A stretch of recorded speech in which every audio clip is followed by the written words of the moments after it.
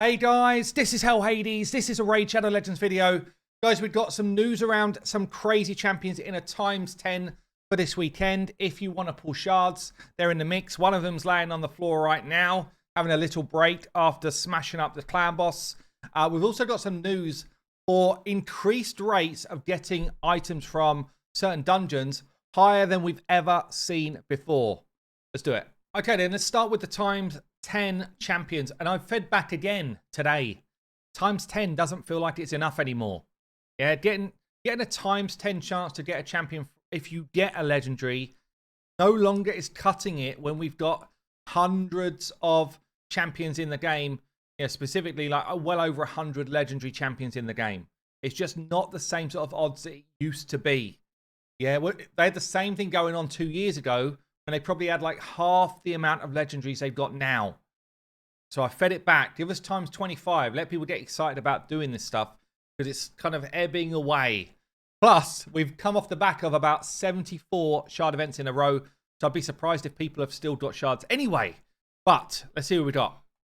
First one up, we've got somebody who was actually on a guaranteed pull from Ancients. Duodan the Runic. Actually a cool champion of the new faction, Sylvan Watchers. Good base stats. He's an HP-based champion. Does okay damage, nothing silly. But it's got a very cool A1. Books up to 60% chance of removing a debuff from allies. Actually a really great A1. Can be used in like Doom Tower. Can be used in Hydra. Even in Clan Boss.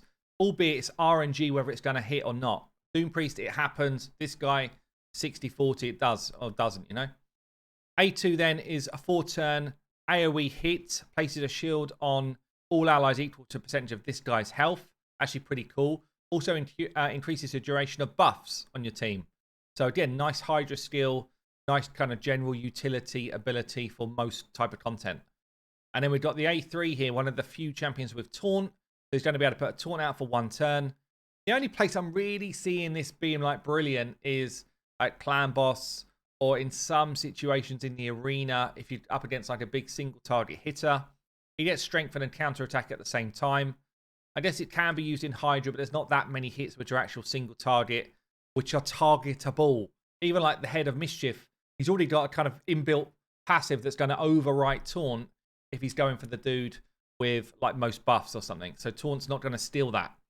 So I think Taunt steal is a little bit out there as, is it useful, is it not? But certainly the rest of the skill set is pretty good. Increased defense in all battles. So yeah, Duodan is decent. Okay, then let's move on to the next one. The Shadowkin. It is a furball. Urangiri. He's been on a few of these ×10s now. Good epic champion. Does get used in some Bommel solo action. Not like the best of the best for this, but does the job. So he's got a passive where he heals for 50% of max HP whenever an ally or an enemy dies. So as those bombs explode and do a load of damage to you, he actually heals as a result of that. So he can sustain the bomb damage, which means that you just need to be able to kill the boss and stay alive from the boss damage to be able to win the fight. Does have an AoE stun, which is quite rare for an epic champion. Got a nice strengthen on all allies and shield on all allies as well. So this is pretty cool on a 4-turn. And he's got a provoke A1. Generally decent champion. Good Shadowkin champion here. Okay, we've next got one of the buffed champs. This guy was not the right end of the buff. Romero. I still think he's trash. I still think he's pretty much bang useless as a champion. Weak source continuous heal on the A1. He's got continuous heal for the whole team and a buff steal on the A2. And then he's got a shield and increased defense for himself on the A3. Shield for your team, increased defense for him. 4-turn. If Juliana's around, then he does a bit more with this kind of like hard-hitting 3-hitter. But there's not really that much synergy between the two to make it worthwhile. He's got okay base stats. Doesn't really do a lot of damage. Doesn't really feature in a lot of content. You know, it's just not that good. It's just not that good. Okay, next one up is the Void Epic here. Stathix, definitely a good champion, probably underutilized. Good base stats. Decreased speed on his A1. He's got an AoE hit, which does okay damage, nothing too silly. but on a 3-turn, chance to steal random buffs as well. Pretty cool. And then this is his main skill. So cleans off all debuffs from your team, then puts out block debuffs and a shield. Really, really strong A3. This ability is massive. Also got this ability here. Puts a block damage buff on himself if he's going low health. So it's on a 6-turn cooldown, so it's only really going to be used once in most content. But this could be pretty clutch to keep him alive. Resistance in all battles. Really good Void Epic. Okay, let's talk about the legendary champions then. So first one up. Probably the best AoE counterattack champion in the game. Definitely used in a lot of old school kind of big clan boss teams. With Unkillable coming in, she's utilised a lot less than she was. Same with Marta. They're utilised a lot less. But Valk is, you know, a big champion in this game. She's great in the arena as well. She's got a good passive that pushes back enemy turn meter or pushes on her turn meter. So a bit of both. Very cool. She's got turn meter drop on her A1 as well. People kind of overlook this. She's actually very good in Finite, honestly. But trouble with her is, or the trouble with any of the counterattackers is they give you some protection. They give you a bit of extra damage, but they like dramatically slow down your runs. So, for instance, if you're using Valk in Spider, all of the animation of being hit, counterattacking with the A1, being hit, counterattacking, just creates a much slower run. And in a game that takes quite a long time, generally, it's you're always looking for a different alternative. You're looking, so she is like the safety net, but you actually generally would look for an alternative which just helps you speed things up. So yeah, Valk though, still like massive champion. She's got a massive shield for your team on the A2. It scales through defense like Helicath, but better. It's massive. So yeah, good champion. Okay, next one up. Still one of my favorite champions in the game. Under Priest Brogni, also featured in that clan boss team that I showed you earlier. In fact, he's the linchpin of that team. And yeah, he's absolutely bonkers. So I know for a fact that anyone who's trying to build Infinity Clan Boss that has not yet got a +4 Brogni and is a serious spender will be spending big in this event. So we've got here HP burn on the A1. We've got an AoE 100% chance of removing one random buff from enemies on the A2. Also enhances the value of a shield for your team. It's the only champion in the game that does this effectively. There is an epic that you can get from like late normal Doom Tower. I don't know if anyone's got it yet. But Brogni's the only one who does this effectively. And it scales through his damage. So the harder he hits, the more extra shield he gives you. It's pretty crazy. And then he's got this A3, which places the initial shield based on his HP. Gives you increased attack, gives you block debuffs. And his shield can't be removed. This champion is kind of nuts.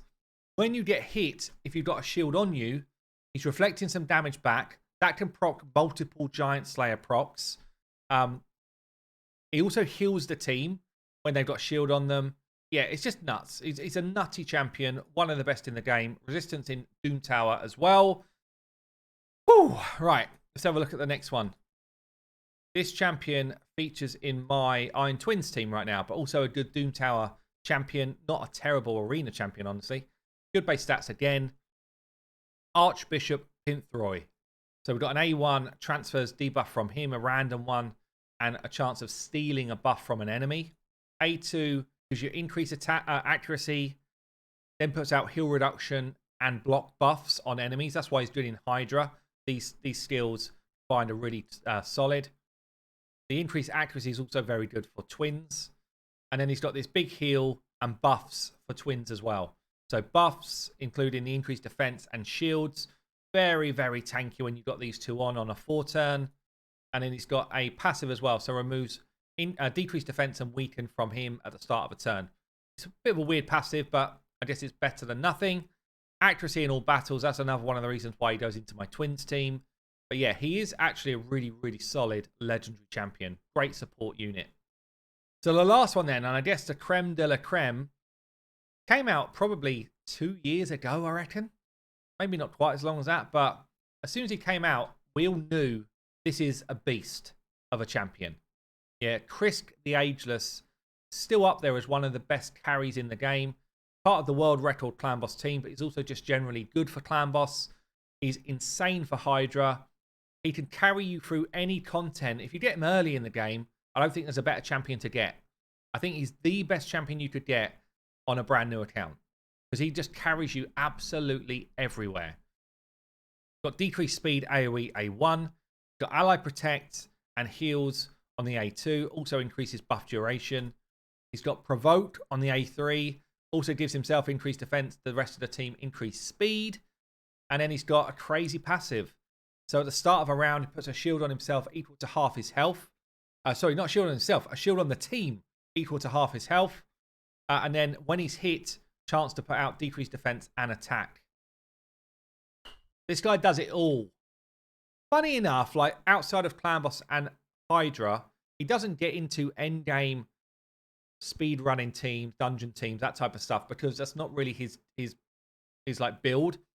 For a while, he got into endgame flat level arena teams. It doesn't really do that anymore either.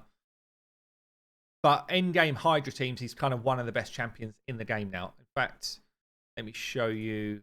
I've got a couple of Hydra teams I run. Give you a little feel for what I'm doing with mine. I only have one. One.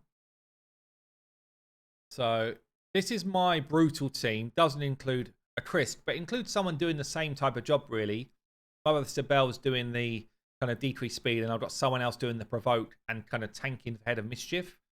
But yeah, in hard, I've got Christ in this team. They're both full auto teams. Christ is basically being the head of Mischief tank for me here, as well as doing provoking, as well as putting out decreased attack and defense, as well as putting out decreased speed. Like, it just does so much in this fight. So yeah, absolutely nutty champion. So let's just get on to the last message then, and this is about increased drop rates in dungeons. So we've had 2 times chance to get speed gear, all that type of stuff. They've upped it. So they can't up the times 10 chance to get champions, but we can up the chance to get gear. I actually like this. I don't know if I like the gear sets that much, honestly, but I do like the fact they're playing around with this. So as of, let me see here, as of tomorrow, there will be a 3 times chance to get retaliation gear from Ice Golem, which gives you a 35% chance to counterattack when hit. Honestly, this gear is okay. It's very good for a Deliana. It's very good for people that have got an AoE A1 and they're not arena-based. So someone like a Vrask who heals every time he A1's, brilliant on him. Someone like a Deliana doing AoE smacks and putting out debuffs, great on her. Maybe even someone like a Cupidus doing an absolute smack with his A1, good on him. But yeah, generally, I'd say this is not a brilliant set. It's an okay set. But 3 times chance to get it if you want it from Ice Golem from tomorrow. And then from the 5th, on Monday, they're doing regen set in Fire Knight. A regen set heals by 15% every time you take a turn. This is like the king set for solo content. If you're trying to solo Dragon, Ice Golem, it comes out totally clutch. Also, it's just generally good. Yeah, if you've got champions that are support units in places like Hydra, and their job is not to do damage, regen set is just consistent healing. Really good. If you've got champions that are level 40 or 50 in Faction Wars and cannot keep themselves alive, regen set, high health is really good. You want speed, you want health, and every time they take a turn, they just gain a good chunk of health. It's a brilliant set. And yeah, well, I mean, 3 times chance to get it. I will be farming Fire Knight for more regen set. I think it's a brilliant set. Even endgame is a very good set. So that's going to be it for this video. Don't know. Let me know your thoughts down below. I'll catch you later.